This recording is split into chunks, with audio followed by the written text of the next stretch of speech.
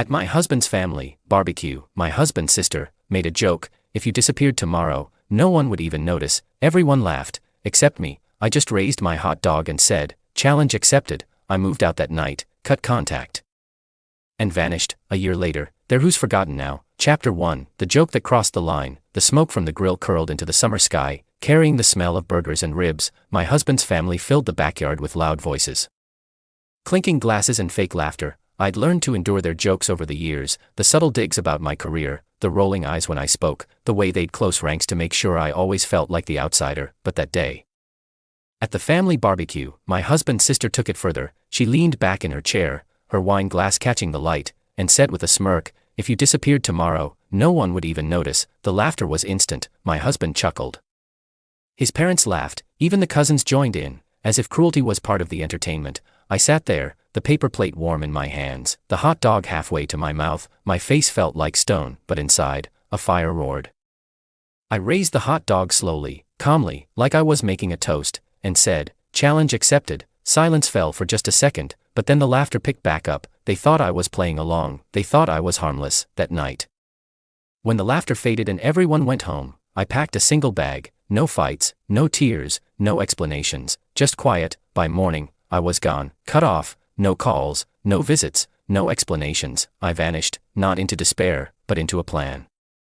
And while they laughed over that barbecue, they had no idea that a year later, they'd be the ones forgotten. Chapter 2, the vanishing act. For the first few weeks, they probably didn't notice. Why would they?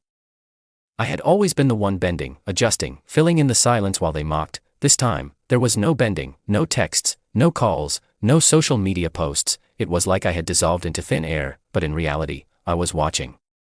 I changed my number, closed old accounts, sold my car under a friend's name. I quietly moved 2 states away and started over. The money I had saved over the years, the very thing they'd mocked me for being cheap about, became the foundation of my new life. I rented a small place, picked up consulting work they had no idea I was qualified for, and poured myself into becoming stronger, mentally, financially, emotionally. Meanwhile, cracks began forming in their perfect little circle. My husband's sister, the same one who had humiliated me at the barbecue, was posting cryptic Facebook updates about fake friends and people using her, my husband, from what mutual acquaintances whispered, had been stumbling into work late, unshaven, looking like a man whose world was shrinking. And the in-laws, the endless parties, the smug social photos, they grew fewer and fewer. You see, when I left, I didn't just disappear. I pulled my quiet contributions with me, the little loans I used to give, the babysitting I always did for their kids, the chores they never noticed until they weren't done anymore. One by one, the props holding up their little kingdom crumbled, and the best part, they didn't even realize yet that I was the one who'd set the clock ticking on their downfall, because the real revenge wasn't in vanishing. It was in coming back when the time was right, not as the forgotten outsider, but as the one they could no longer ignore. Chapter 3, cracks in their castle. By month 6, the silence I had left behind wasn't peaceful for them anymore. It was deafening. The family that once mocked me for being invisible started noticing just how visible I had been in their lives. My husband's sister was drowning, without me covering her shifts, watching her kids or bailing her out with loans. She was posting desperate pleas for help online. Family should always support each other, she wrote bitterly. The comments, dead silent. My mother-in-law's garden parties, once the highlight of her year, had stopped entirely. Nobody showed up after word spread about unpaid catering bills. Turns out the one quietly settling those bills, me and my husband. He had been evicted from his rented apartment. Apparently I hadn't just been his wife. I had been his financial safety net. While they floundered, I thrived. The consulting work I'd started had turned into a full-fledged business. My savings had doubled, then tripled. For the first time in years, I didn't just have freedom, I had power. And that's when I decided to return, not dramatically, not with fireworks, just a simple appearance that would shake their fragile egos to the core. I showed up at a community fundraiser, the kind of event my in-laws once strutted through like royalty. I didn't announce myself, I simply signed a check larger than any donation they had ever given and handed it to the host. The whispers started immediately. Is that her? Didn't they say she was gone? Wait, how is she writing checks like that? My sister-in-law's face went white when she spotted me. My husband froze, beer halfway to his lips, and my mother-in-law. She tried to stand, but her knees buckled and she sat back down hard. For the first time they weren't laughing, for the first time they were speechless, and I just smiled, nodded politely and walked away, leaving them to choke on the taste of their own forgotten words. Chapter 4.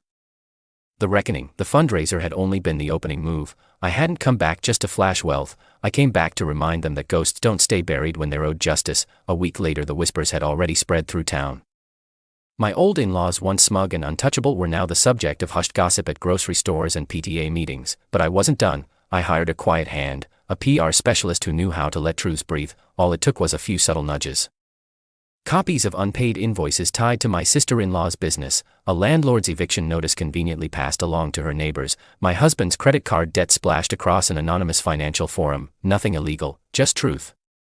Raw and unvarnished, the dominoes fell fast. Sister-in-law's job gone. After her boss caught wind of her financial mess and how she'd been pawning company resources, mother-in-law's reputation shattered after the garden club discovered she'd been living off donations meant for community projects. My husband completely alone, once his so-called friends realized he couldn't even buy his own beer without borrowing money. Meanwhile, I thrived in silence. The new business I'd built had earned me local awards. My name appeared in the paper, not as a footnote, but as the main feature. When people saw me at community events now, they didn't whisper out of mockery, they whispered out of respect.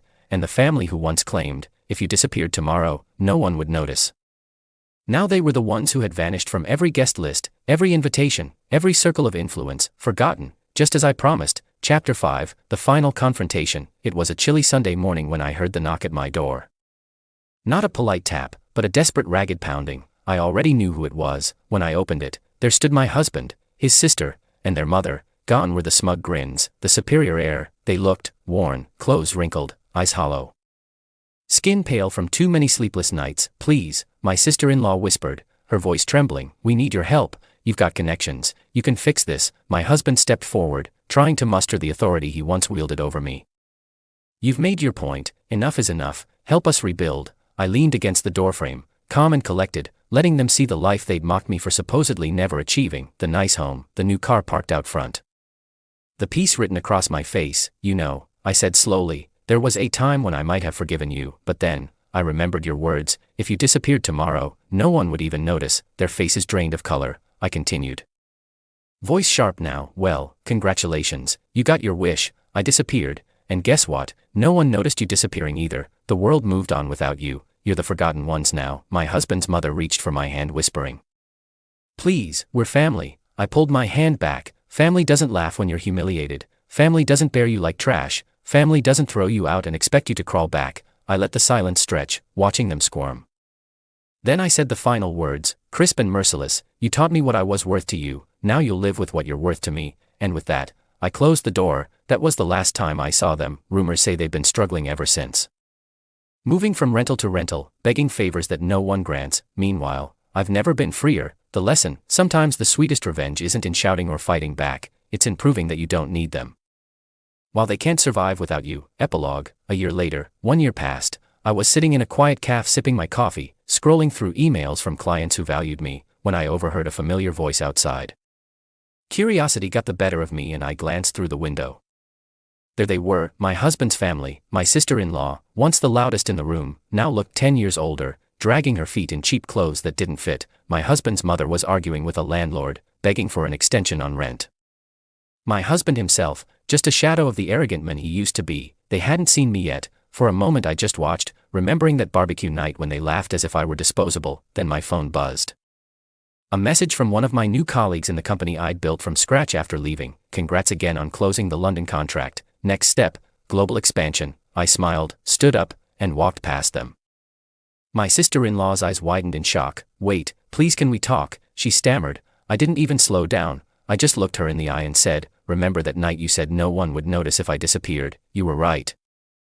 No one noticed you disappearing either. I left them standing there, stunned and broken, while I walked back into a life they could never touch again. The real revenge wasn't in hurting them, it was in proving that I never needed them, and now they'll spend the rest of their lives wishing they still had me. Was this revenge perfectly justified?